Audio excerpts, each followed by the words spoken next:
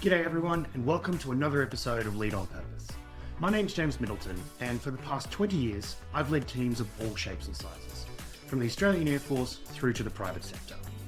On today's episode, I'm speaking with Dr Courtney Wright. Courtney is an expert on psychosocial hazards, risks, and safety. We discuss what psychosocial safety really is and why it goes far beyond wellbeing initiatives and employee assistance programs.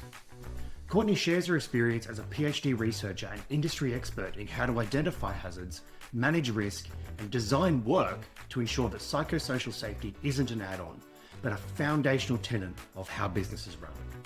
So, let's get into it. Courtney, welcome to Lead on Purpose. How are you today? Thanks, Mitzi. I'm well, thanks. How are you? I'm doing really, really well. It was a really busy weekend for us here, but all part of the fun of having younger kids. But ready to have a good chat today. How have you been? Well, thanks. I also had a very busy weekend with my two young girls. I swear trying to keep up with them is keeping me fit and healthy. But thank you so much for having me on your podcast. I'm really looking forward to our conversation today. Absolutely, me too. You know, we're going to dive into some pretty heavy stuff, I guess. Not too heavy. I guess maybe it's a bit of a hyperbole there, but the concept of psychosocial safety and psychosocial risks and hazards in the workplace and what that actually means for teams, for organizations, for leaders, and how it all sort of plays out. So I'm really keen to get to that discussion. But before we do, now, you and I have known each other for 30 years this year. So we've got a lot to get through, but can you just give everyone a bit of a rundown on who you are, what your experience in the workplace has been, and how you got to where you are now in the world of psychosocial safety? Sure thing. So my career has really been about helping organizations create workplaces where people can perform at their best without it costing them their mental health. So I actually started out in research. Almost 10 years ago now, I completed a PhD looking at housing for adults with neurological disability. And my work focused on inclusive design. So that means thinking about environments in a really holistic way. So physical, psychological, social, and organizational aspects of how people live and work. So my research looked at outcomes for three groups in particular. So people with disability, their family members who are often carers, and the support workers who work in those environments as well. So one of the interesting insights from that work was that in disability housing, a person's home is also a workplace. So the design of that environment, and importantly, the systems around it, has to work for everyone involved. So a big part of that research involved listening to lived experience and analysing the broader systems around people. So that's things like policy, funding models, and organizational practices that ultimately shape those outcomes. And then after my PhD, I worked as a postdoctoral research fellow. And during that time, I became increasingly interested in how systems influence well-being more broadly. So particularly in the context of work.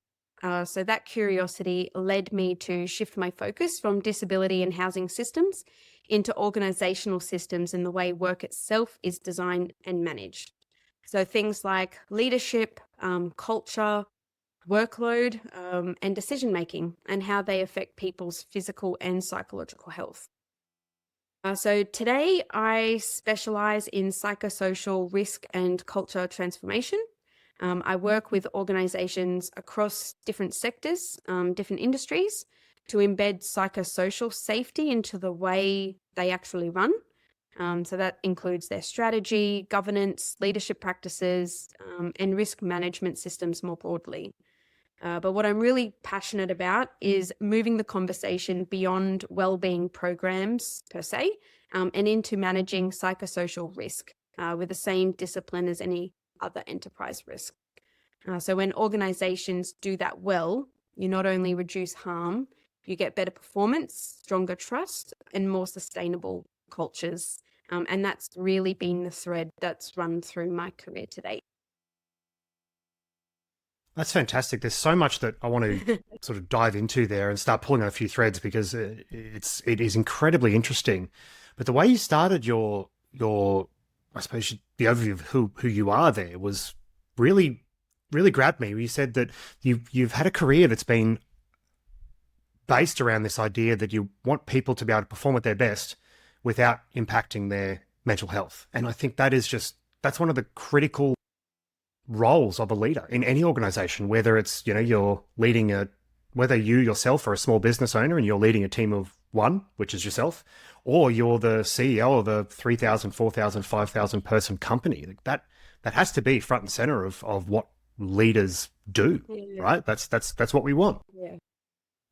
Well, you talked there about the psychosocial safety, risk, hazards. Can you give us I suppose, the short version of what is a psychosocial risk or hazard in the workplace? I'll try my best to keep it short. I tend to go off on tangents sometimes, but there's a few different buzzwords that you may hear in the workplace. Some of these terms are often used interchangeably, but they're actually not the same thing. So there's three in particular that you might hear. So the first is psychological safety. The second is psychological health and safety. And the third is psychosocial safety. I don't know why we've got so many different words and terms, but they are actually distinct concepts. But as I said, they do interrelate, but I'll just define them for you. So psychological safety is really about feeling safe to speak up at work, to take risks and to be yourself.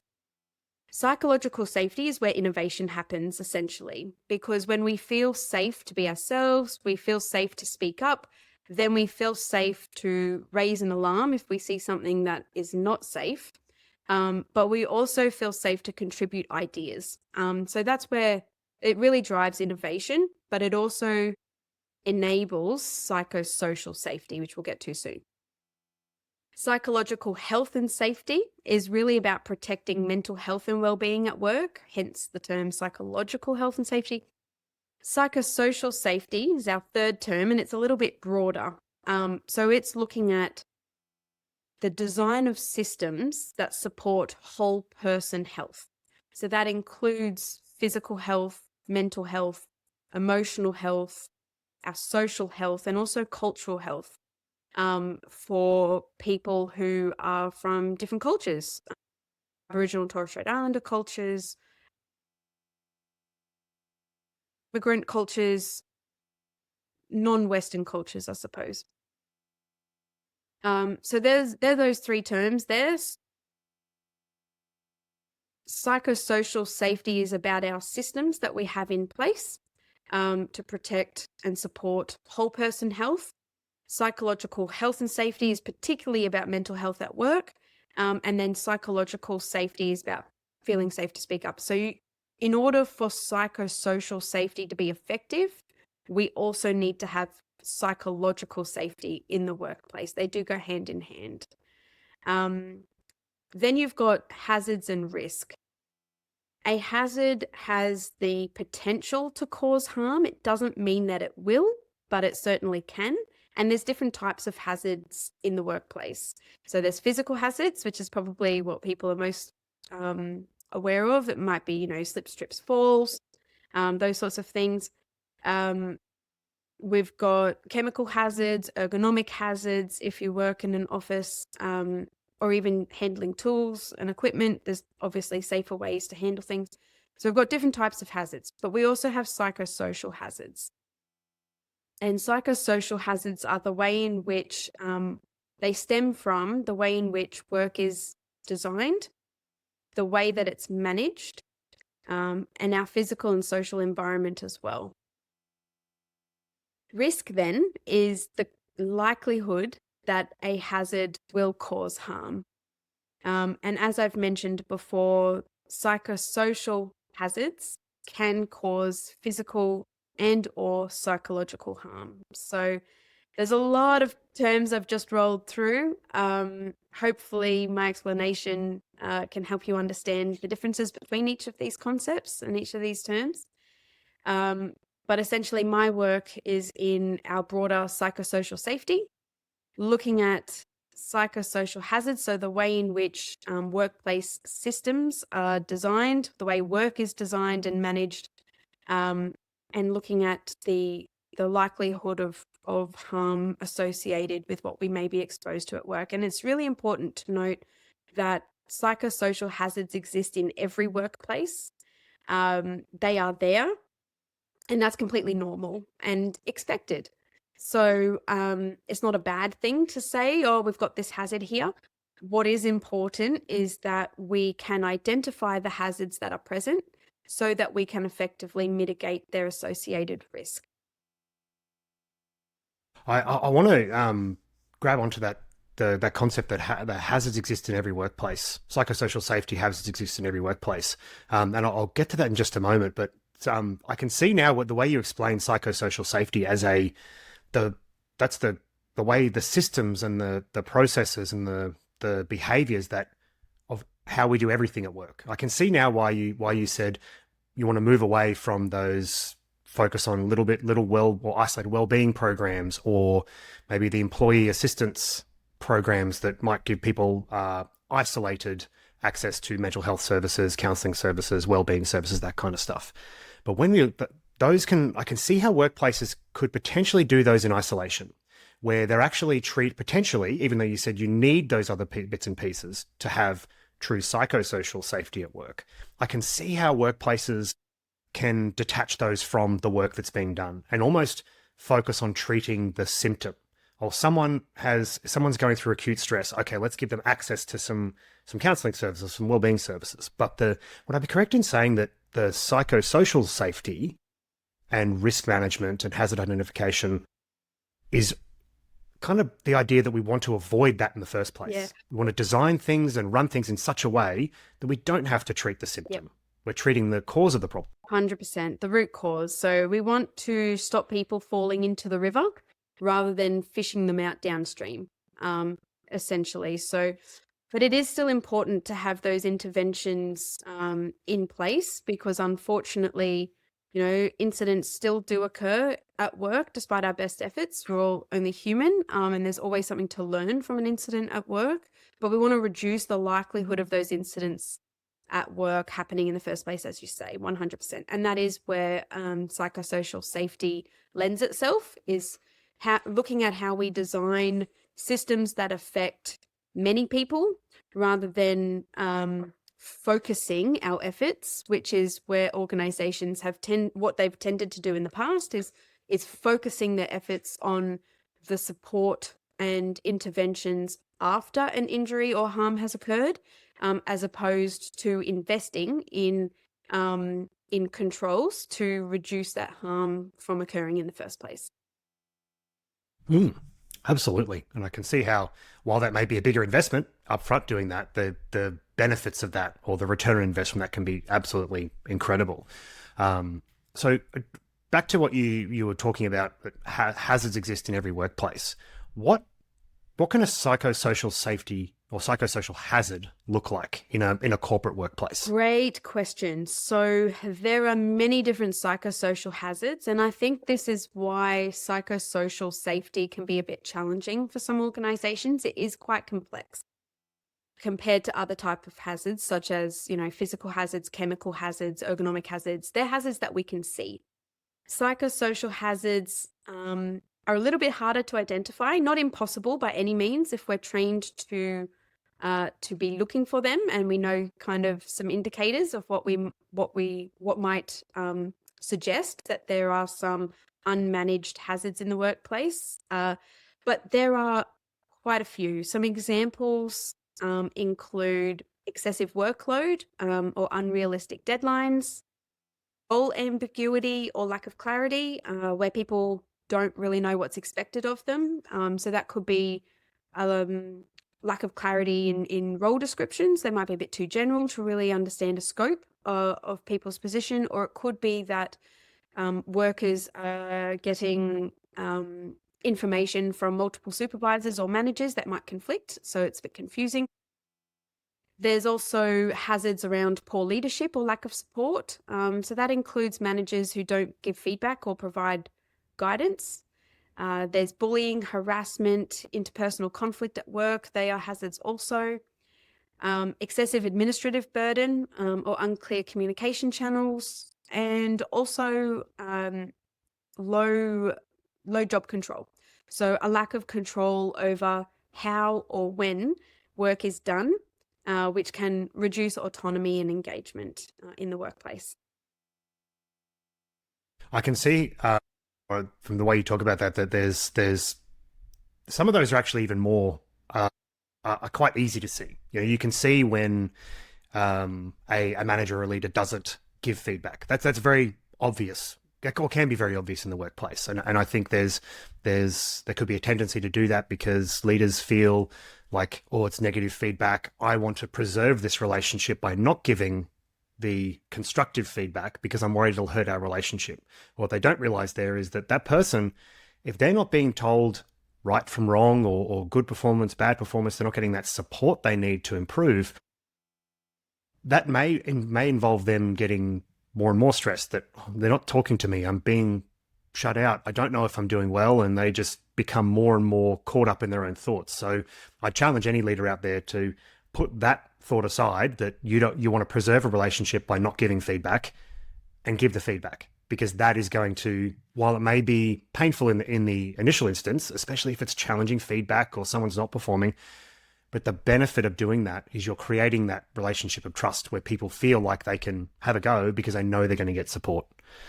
I guess it's also the way that feedback is given rather than the feedback itself. And everything's context specific as well. So, there's probably quite a few factors that would influence how feedback is taken. But I guess generally speaking, how leaders deliver feedback, it's the how that probably has the most influence on outcomes, rather than the feedback itself. So we can provide feedback, that is needed, but in a sense, sensitively, in a way that is going to, we hope, protect mental health. If it is critical feedback. So I guess I just wanted to clarify, it's the way we deliver feedback as well. Absolutely. I think that you hit the nail on the head, that there's a way to do these, that there's a way to give challenging feedback, or to have these conversations that doesn't involve people becoming defensive and reactive.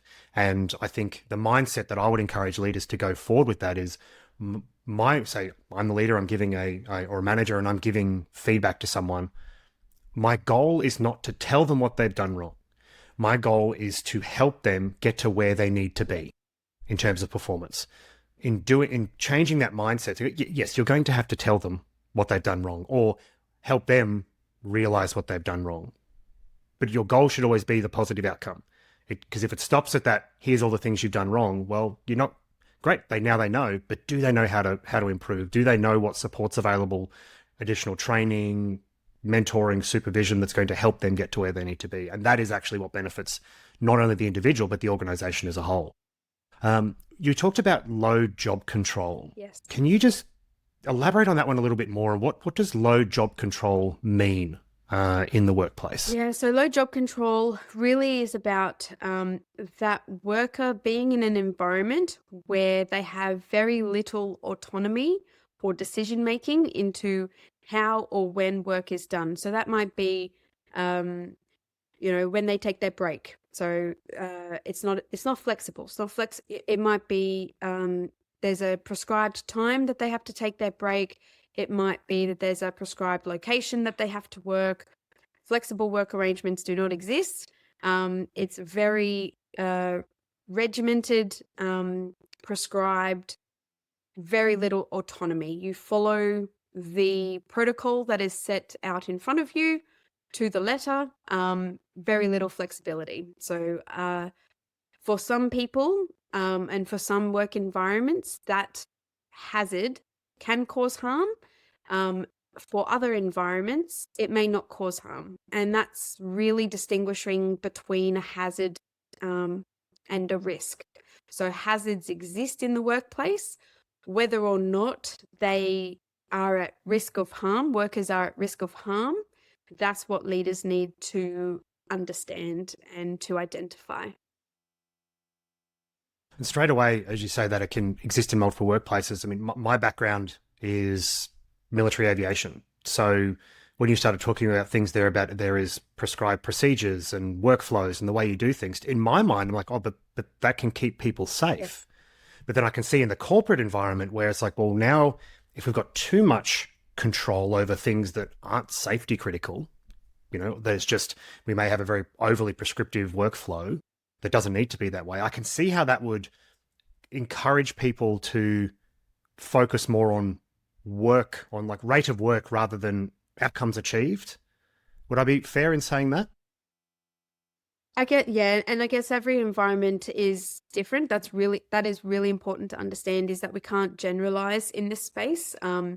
Every context is unique. Every environment within the same business, different teams, different locations, different roles, for example, they'll all have potentially different hazards associated with the work that people do. So, yeah, generally speaking, in a corporate environment, you might have a role where you've got a very experienced person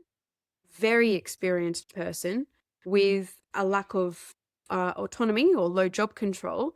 That might not fare well for their mental health in the workplace, because their experience may lend itself to, be innovative or provide suggestions or do something a bit different to enhance the work.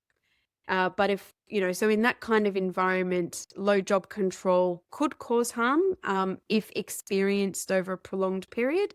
But as you say, in aviation or military background, where low job control can actually keep people safe. So that is a prime example of a hazard where it may not cause harm in one environment. It's actually there to help people keep safe at work, but it could cause harm in another environment where a person is itching to for some flexibility or some autonomy. There's so much context required there, right? That it's, you can't just, and I would imagine, especially for some organizations where maybe when things were small and maybe the founder of an organization, it's grown a little bit, and they knew they had to get all the stuff that was in their head into a business instructions or how-to guides, all that, workflow guides, all that sort of stuff, but did it in such a way that that's, in their mind, is the only way to do it. And I can see how that would, if they're bringing in the right people into the organization who want to help the founder or help the business owner achieve good outcomes, if they can start to see that, oh, actually, no, there's a better way to do this, but I have no control over that, I can see how that would start to really grind on people. So focusing on that particular hazard of low job control, what outcomes or negative outcomes might be observable in the workplace if that risk isn't correctly managed? That is a great question. So it is hard to sort of distinguish the outcomes to one hazard alone, because psychosocial hazards often interact and combine. So more often than not, there's usually multiple hazards that are playing a part in an environment. So when we have unmanaged psychosocial hazards and risks, we can see risk of burnout, conflict between team members, conflict between team members and management. We can see disengagement spike. We can see safety incidents increase, whether that's physical harm, psychological harm, and resulting work cover claims. Performance tends to tank, so we can see a dip in outcomes, performance, what we would expect of our staff. Our legal exposure increases, especially under health and safety legislation, and culture tends to freeze. So the worker voice goes quiet. Talent walks out the door.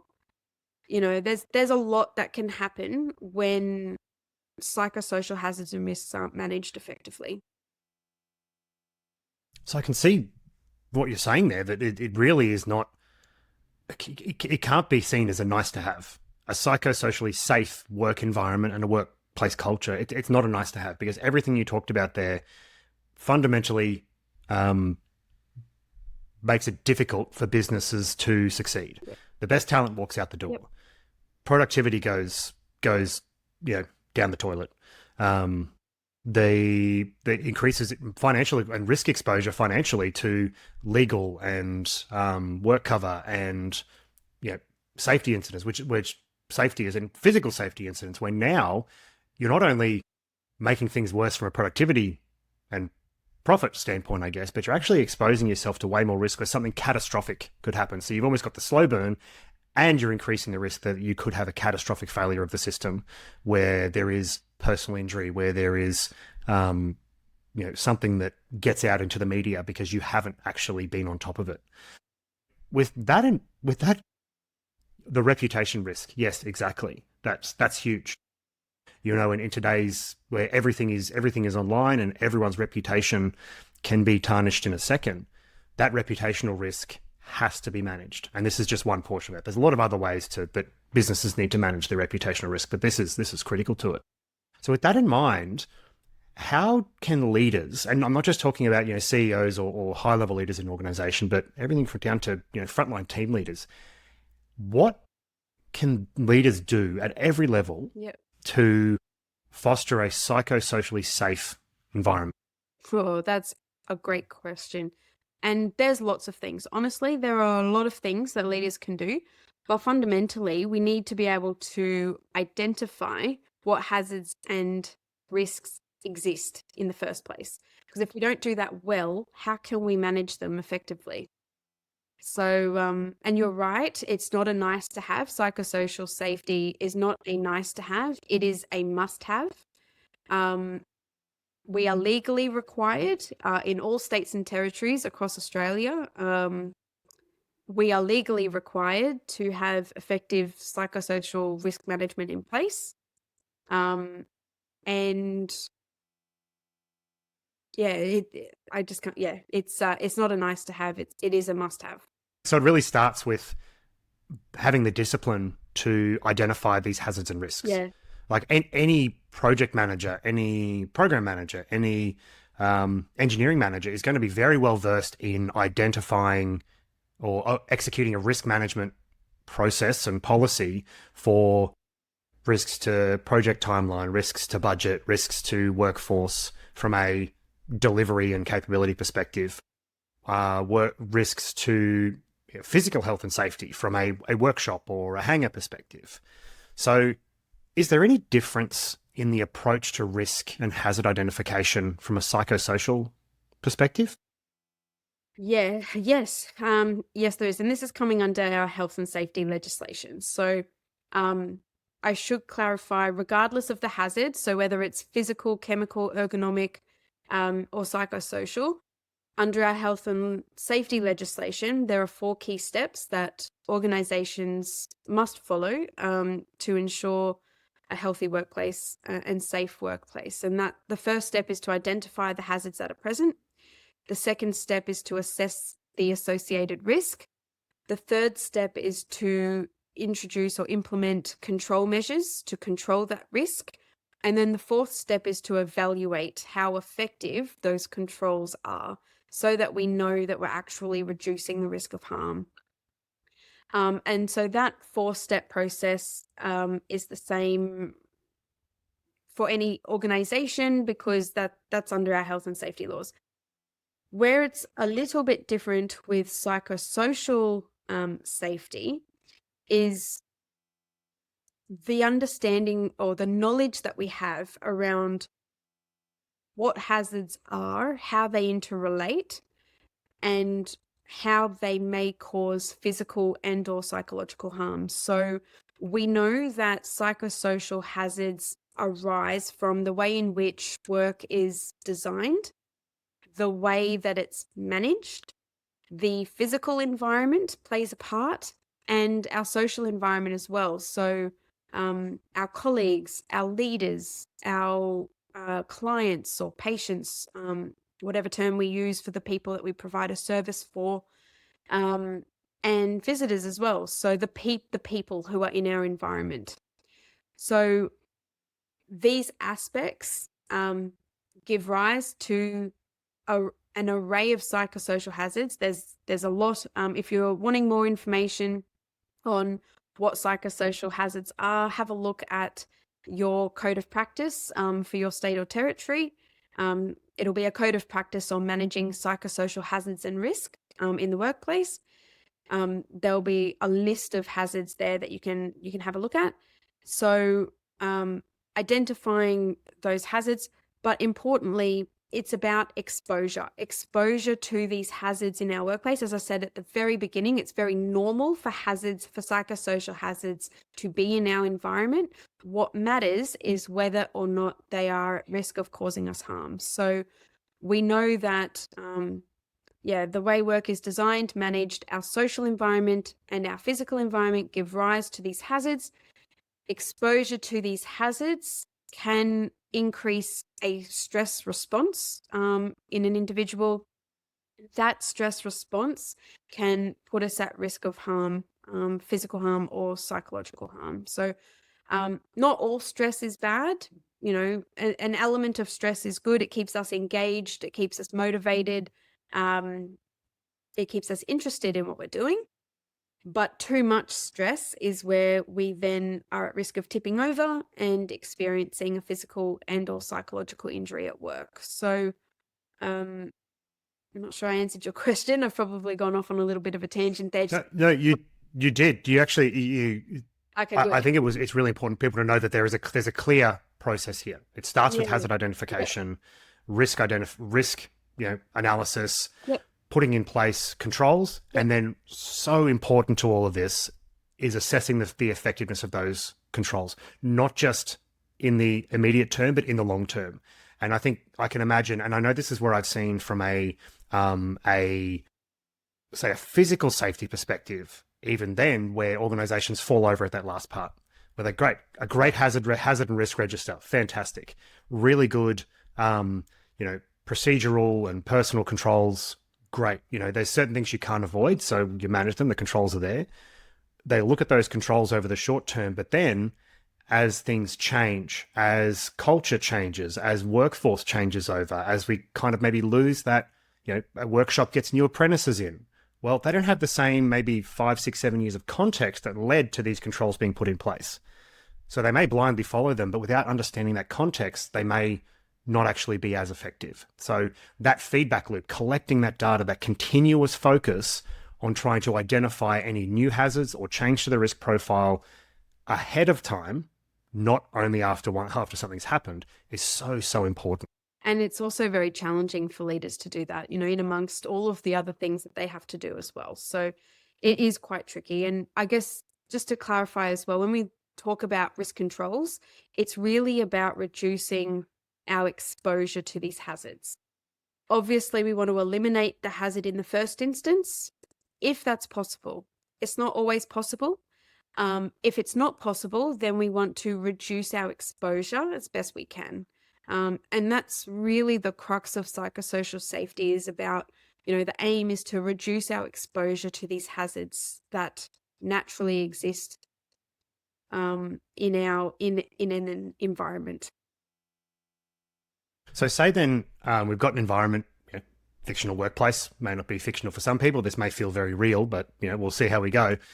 Say we've got an environment where it's there's a lot of, it's a tightly regulated workplace. It works in a very highly regulated industry, not unlike aviation or heavy industry or anything like that. But we've now got a job that, because there is a requirement for really tight governance on data control, and this particular organization maybe they don't have the automated systems for data entry, data processing, so it's left to individuals to process that data. Talking, mashing buttons on a keyboard to do line by line data entry.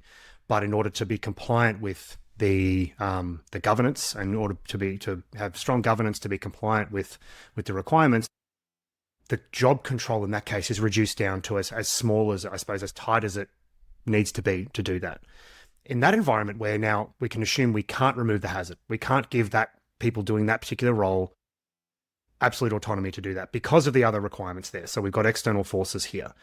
In that environment there, how might we then put in place a control to reduce exposure to the hazard that we can't remove? Yeah, so the first thing that we want to do is actually understand the risk of harm that that hazard presents.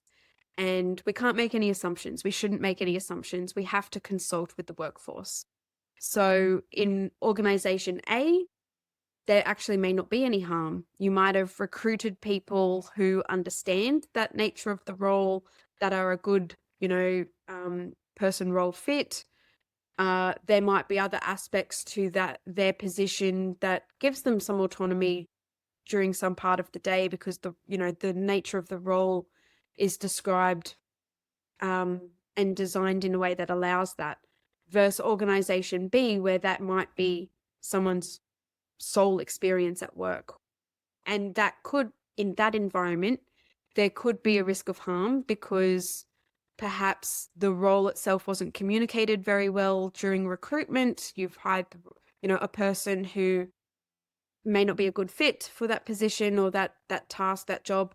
So looking at it individually, we can't assume that there's risk there. We have to do a risk assessment. We need a tool. Leaders need a tool to be able to step through those 4 steps that I talked through earlier. Identify the hazards that exist, assess the associated risks. So that's the first step, really, is to understand the associated risk with those hazards. That risk might be low risk. It might be moderate risk, high risk, or very high risk. So your process, your risk assessment process, would highlight to leaders what's going on in that environment. Once we understand the risk, then we move into looking at what controls might be useful. And again, we have to consult the workforce. Workers who are on the ground, experiencing this environment day by day, they are such a useful source of information. It's not only best practice to consult with workers around controls. Under our health and safety legislation, we're required to. So it's in our best interest to consult with the workforce because, they'll tell us. They'll give us an understanding of what could be done. And this is the beauty of health and safety is usually, there's usually not one correct answer or one right answer. There's many ways, many things that we can do to reduce harm. They don't have to be the most expensive things. Sometimes an investment is needed to reduce harm, as you said earlier, in the short and the long term. But that's not always the case. So we just would step through those four steps, around answering the question, well, is there a risk of harm in the first place? There might not be. So I think that's a key point. As leaders, we can't make any assumptions. We may have good indications to know that harm exists, but it's always best to use data to drive and inform any decision making in this space. I think that's so important for everyone to remember that it's, while leaders might feel like, okay, I've got to go and I've got to do this. I've been tasked with this psychosocial risk and hazard analysis. Okay, I'm going to have to do it myself. I'm responsible for it, but that's not true. Everyone in the organization has a responsibility to the safety of that culture. So rather than try to make the assumptions, like you said, ask people. Yeah. The easiest way to challenge your own assumptions is to ask other people questions. Ask people for their experience. Ask people, have they, can they see a different way to do this? That we have to do it. We have to do it within these guardrails. What way can you see, given you've been doing it for 6 months, that we could do it and still meet our governance requirements? Yeah. So I love that there's consult with your people, and that there's always a way to get through something. There's always a way to make something better. And that's the mindset we should have, is we're not about removing all risk because that's removing all hazards and removing all risk, because that's not reality. We cannot do that. There is no possible way to completely remove any risk of harm. Yep. That's not the world we live in. So consult with your people, ask questions, collaborate with others. And when you said earlier that it can be such a hard thing for leaders to do this continuous analysis or continuous monitoring of the effectiveness of the controls that are put in place. But that's why it can't be an afterthought. It can't be an add-on. It needs to be embedded within every aspect of the culture, every aspect of the organization. So it's not we're trying to do something. It's like, this is just what we do. This is how we design work. Something's changed. Let's do a new hazard and risk analysis now. Yeah, exactly. And you asked me earlier something around, how do we operate in the psychosocial safety space? Is it a bit different to other sort of health and safety approaches, physical safety, etc. And I guess really when it comes to data and understanding what's going on in workplaces, one of the biggest things that my research career taught me is that numbers on their own rarely tell the whole story. So you have to understand the system and the human experience behind them. So when we talk about risk assessments, typically that's a quantitative exercise, right? So it's a survey. So we roll out a survey and we look at, hazards that are in the workplace and their associated risk. But that process, it helps ensure that we are consulting with the workforce, that their voices are heard. But if we only just did a risk assessment, we'd be missing the bigger picture, I suppose. So the second phase in any effective risk management approach is often qualitative. And it's this qualitative phase that is often neglected in organizations. What I've seen happen quite frequently is risk assessments will be rolled out. Leaders will get the results and then they'll interpret it themselves, make some assumptions based on their own experience. And they are very experienced people. That's why they're in leadership positions. But they don't actually do further consultation. They stop there and then they might go in, they either write up a report and do nothing because we either don't have the resources, we don't have the funding, or we're very, very busy and we don't have the time to implement controls.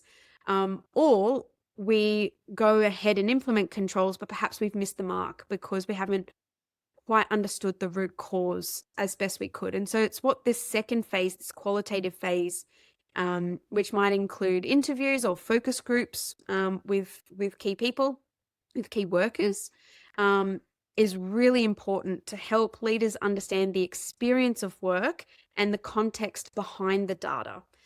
So this qualitative step is critical because psychosocial risk controls have to be context specific to be effective. And I've talked about this already, at risk of harping on about this, but it is a key message, I suppose, because you could have the same psychosocial hazards present across different environments, and yet different controls should be implemented for them to be the most effective.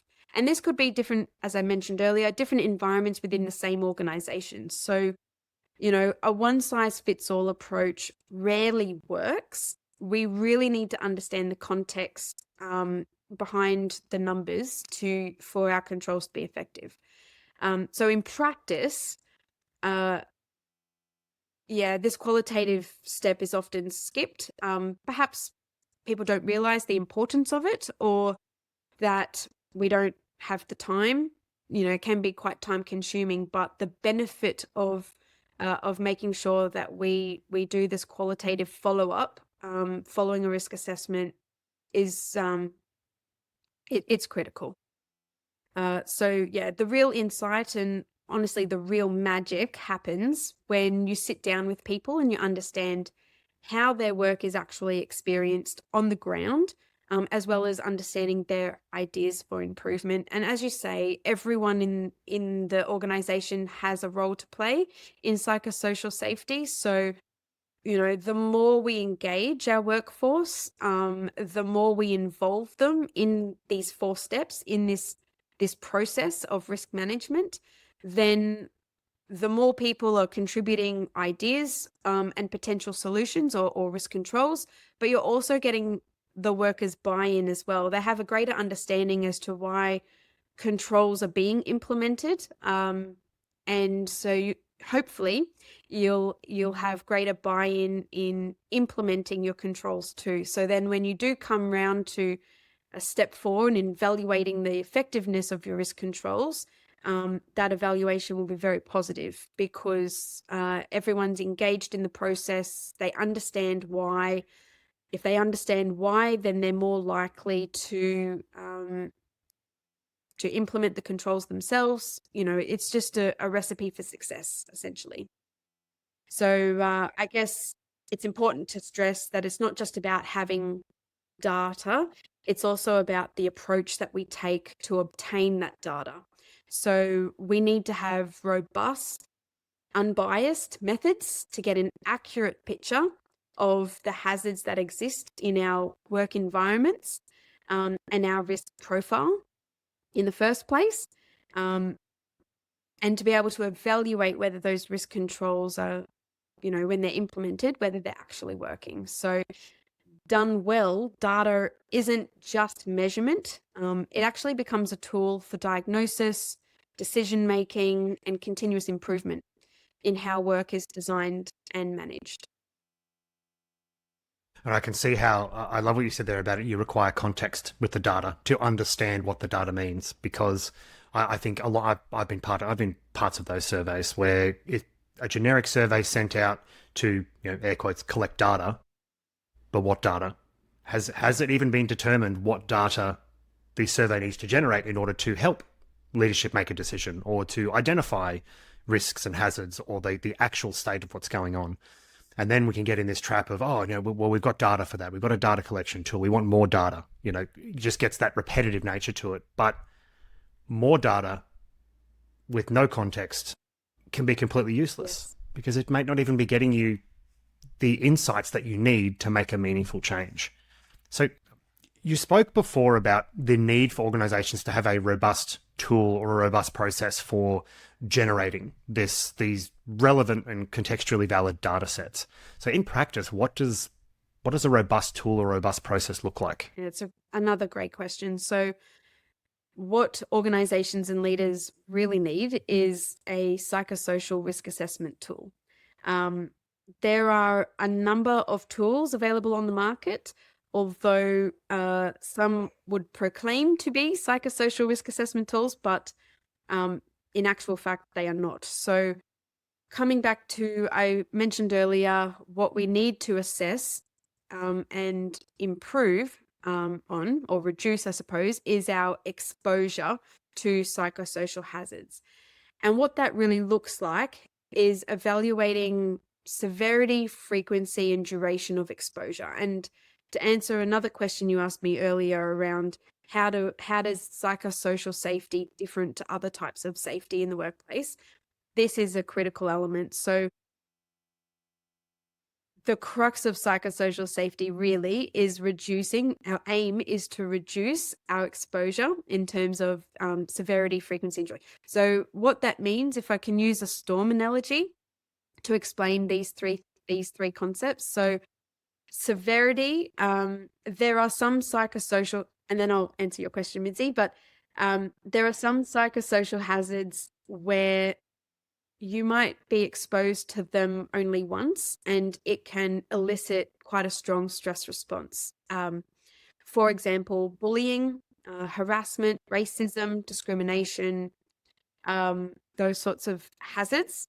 You don't have to be exposed to them over a prolonged period for it to cause harm.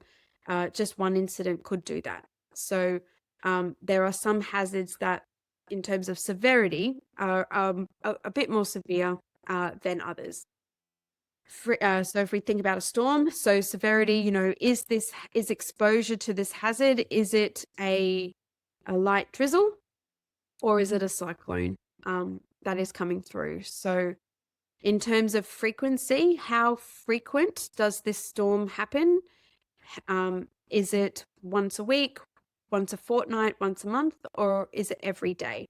So in terms of psychosocial hazard exposure, Are we exposed to this hazard, weekly or daily? And then duration is how long does the storm last? So does it last a couple of minutes, half an hour, an hour? So again, in terms of psychosocial hazard exposure, the longer we are exposed to a particular hazard, does it last a couple of minutes, half an hour, or our entire shift? That that understanding and that context is how we assess our exposure to psychosocial hazards. So when we are wanting to reduce our risk of harm, then we want to reduce our severity, frequency, and duration exposure.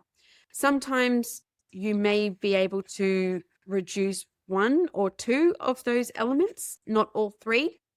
And that's okay. That might be the nature of the work, but we have to try to reduce our exposure as much as possible. We can't just, legally also, we can't just say, well, that's the nature of the work, suck it up, so to speak, get on with it. That's just the way it is. Under our health and safety legislation, we are required to attempt to reduce our exposure to these hazards as much as possible to reduce our risk of harm. I think that's an incredible way to put it. I love that storm analogy because it made me think straight away, like when you talk about something that is very severe as racism or discrimination or bullying. It's like, well, hey, those are hazards we want to remove from the workplace completely. They should not be there. They should not exist. And I liken that to my experience in aviation as well. The plane that I worked on or around and flew on had a gigantic radar on top of it. So the severity of radiation exposure on the ground or close to the aircraft, that was huge. So you know what? We're just going to remove that hazard by not turning it on the ground. And there's a bunch of other technical things in there that says, hey, you can't even turn it on the ground because we're going to put some controls in place from a procedural and a technical perspective there. But then going through, it's like, well, maybe there's something for someone that, and I this came to mind, is that everyone in the workplace is going to have to do things at work that aren't ideal, that they're not going to have a world of fun doing. There's going to be things that are monotonous. There's going to be things that are unpleasant. And going back to the leadership idea, well, yeah, you know what? Having those, if you have continuous exposure to horrible performance management conversations because you don't know how to manage them, the culture is such that you have no support from above or around you to have those conversations, well, you know what? You can't avoid having those conversations. So we can't remove the hazard. But what we can do is treat that in a way or put in place controls to give people the support they need to go through the difficult thing, give people the support and guidance they need to take on the new challenge. So I like that. That's why I love that storm analogy so much, because I think it can be possible for people to go, oh, well, I felt slightly unsafe at work today because they had to do something. Their boss asked them to do something that they didn't really want to do. Well, that's reality. That's what's going to happen. The challenge is for, like you say, for leadership and organizations to have the right level of hazard and risk analysis in that place, in that case, so that they can actually determine as a whole of organization, not necessarily just for this individual, although their opinion is valid, as a whole of an organization, how are we designing and developing our work and our systems and our processes to reduce the opportunity for harm overall? And you can't get rid of everything. You can't make bespoke jobs for every individual. You can't make bespoke working environments for every individual, but you got to balance that with the fact that there are no two individuals are the same. Yeah. So how are you designing it and how are you investing in it to make it better for everyone, not just perfect for one person or two people? Yeah. And that's where this systems thinking comes into play. So I guess just to clarify as well, psychosocial hazards, as I've mentioned earlier, there's often multiple that are interacting and combining to influence risk of harm. So you do need an appropriate risk assessment tool. So as I said, there's some tools on the market that proclaim to be psychosocial risk assessments, but they are not. If you come across a tool and it is not exploring severity, frequency, and duration of exposure, then it is not a robust tool. So I guess that's a key thing for anyone who is involved in psychosocial risk management. You can't do effective psychosocial risk management without a robust tool. It's just impossible. So, um, the process that you need to undergo is usually quantitative, followed by qualitative follow up. I've also seen some surveys that might include, a mixed methods approach. So there might be some quantitative questions on there, and then space at the end of the survey for a qualitative response if people want to sort of go into detail. But when we come back to our, the 4 steps of our risk management process, step 1, identify the hazard. Step 2, assess the risk. Step 3, implement controls. Step 4, evaluate the effectiveness of those controls. If you're rolling out a survey that allows for quant and qual responses at the very beginning, then you're not using that qualitative phase to explore people's answers. So that's why I tend to suggest that organizations do a quant phase first, understand the hazard and risk profile, know where your hotspots are, and what hazards are illuminating for particular groups in your business, then do the qualitative process afterwards to explore and understand that work experience, that context behind the numbers, and to then also involve your team in coming up with the risk controls, the solutions that we want to trial. It's also very important to note that it is a trial and error process, and that's okay. But it's important for leaders to frame that and have those early conversations with their teams so that we can manage expectations.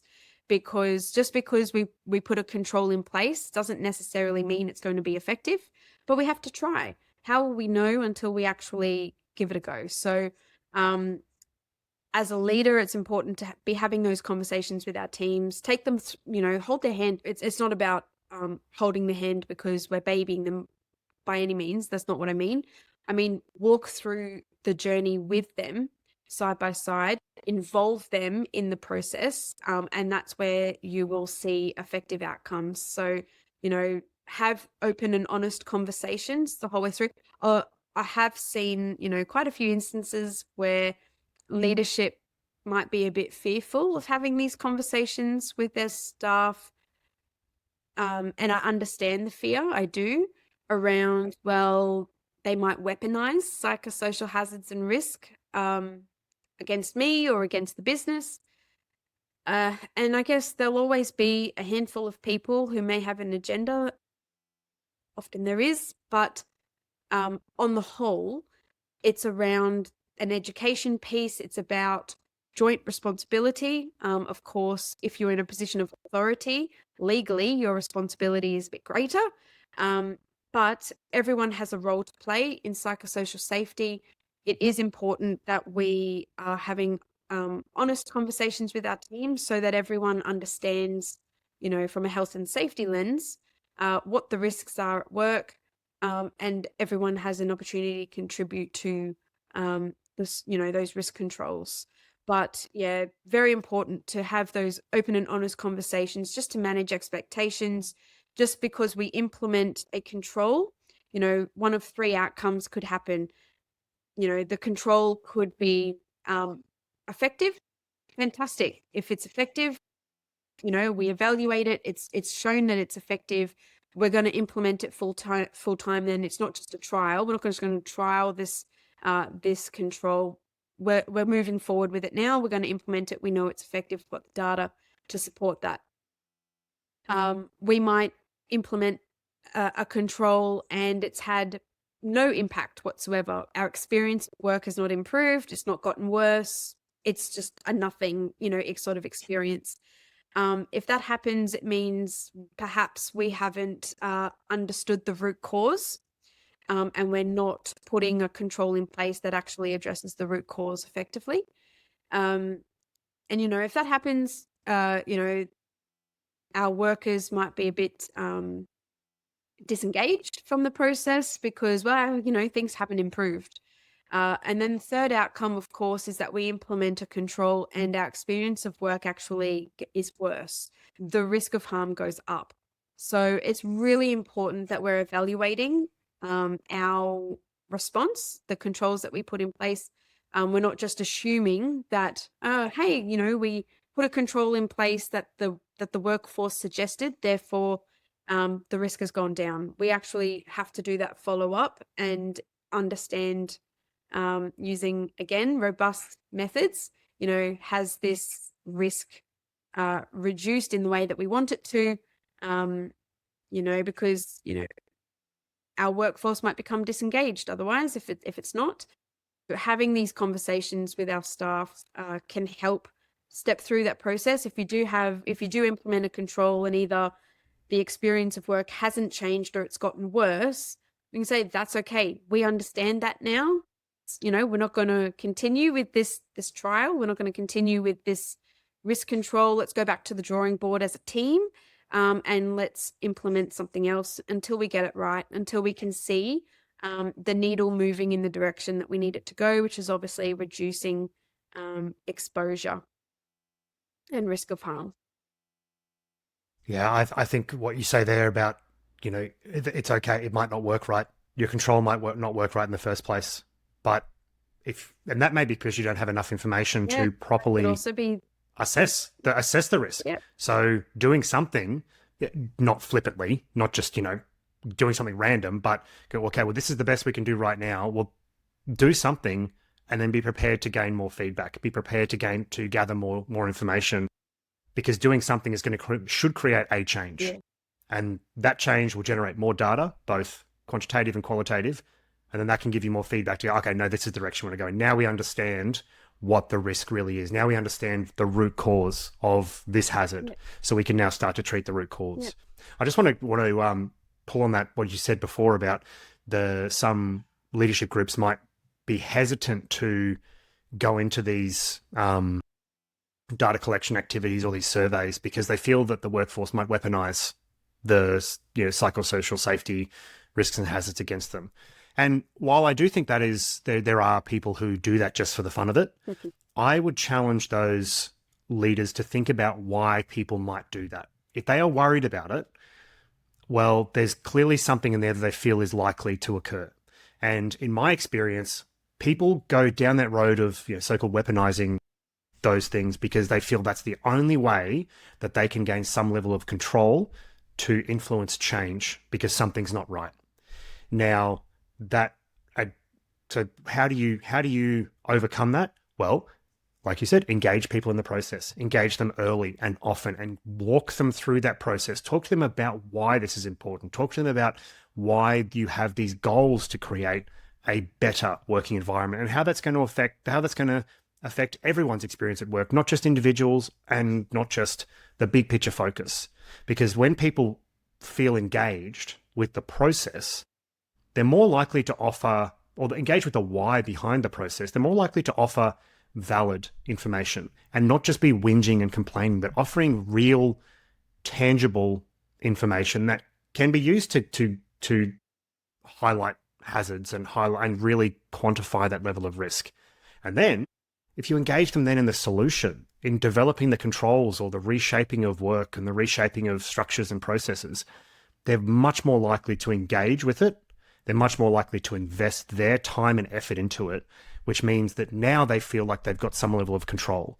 So taking the time to do that will should ideally remove this risk of weaponization and get people focused on creating a better outcome. And now, if you are clear about that as a leadership group and people still go down that other road, well, now you know that they're probably just doing it because it makes them feel good. And then that's a whole other discussion. Yeah. Because now their weaponization of this is creating an additional psychosocial hazard and increasing the risk of bad outcomes in the workplace. So have the discipline to do that. Don't just go, oh, I don't want to do it because it's hard. Nope.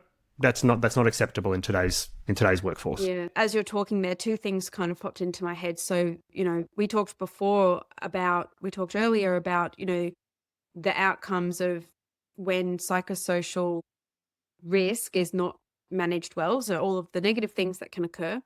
I guess the business case for effective psychosocial risk management is around, our productivity. So when we effectively manage psychosocial risk in the workplace, productivity increases, absenteeism and turnover drop, which is costly in itself. Our legal and reputational risk shrink. Innovation improves. And that's because people feel safe to contribute. And our return on investment on our wellbeing initiatives and other initiatives that we've put in place, our control measures, they actually materialize. But, when it comes to organizations being or leaders being worried about psychosocial safety being weaponized against them, it really comes back to our health and safety legislation. So what is required under health and safety law? The law asks, is the hazard or risk likely to occur in your workplace? What is the level of harm that it might cause? What do you know, or what should you know about the hazard in your workplace and how you should eliminate or minimize the risk? Are there suitable ways to eliminate or minimize the risk? Are they available? And is the cost of eliminating or reducing the risk reasonable or grossly disproportionate to the risk?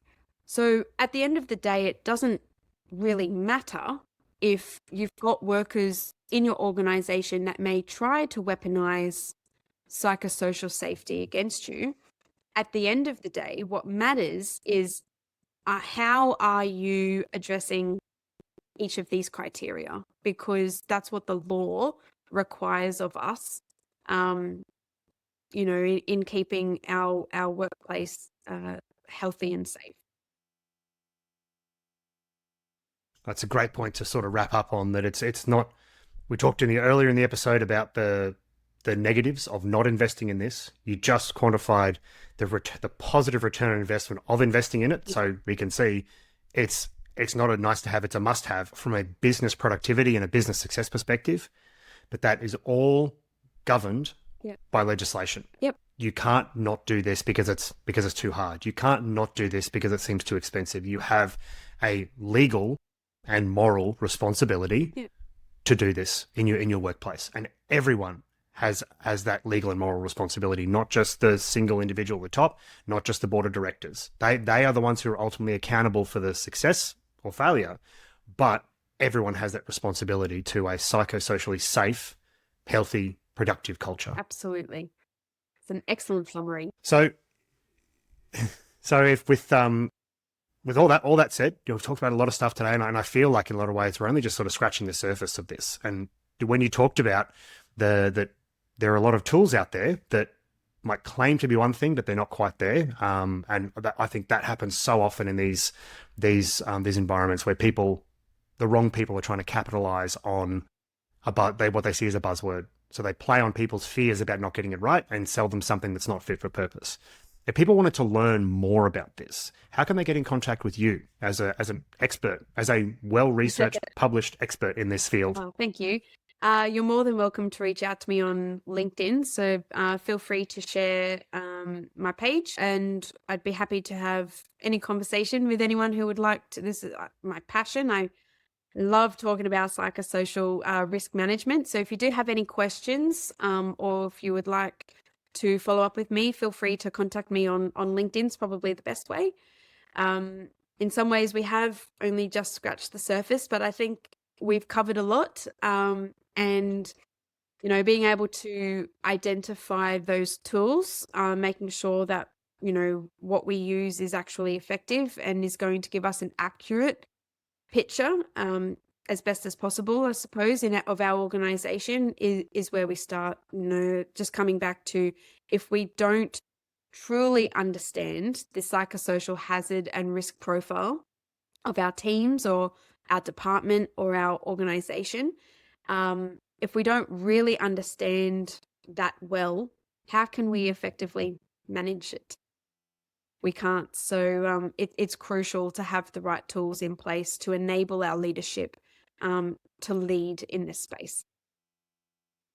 Acknowledging and understanding the problem are the first steps. Yep. Anything else comes after. Yep. So let's invest in that. Absolutely. So, all right. Well, Dr. Courtney Wright, thank you so much for chatting with me today. I really appreciate your time. I appreciate your insights. I've learned so much in talking to you, and I trust that everyone out there has learned a lot as well. And thanks to everyone for listening. So, Courtney, thank you. And everyone, we'll see you next time. Yeah, thank you so much.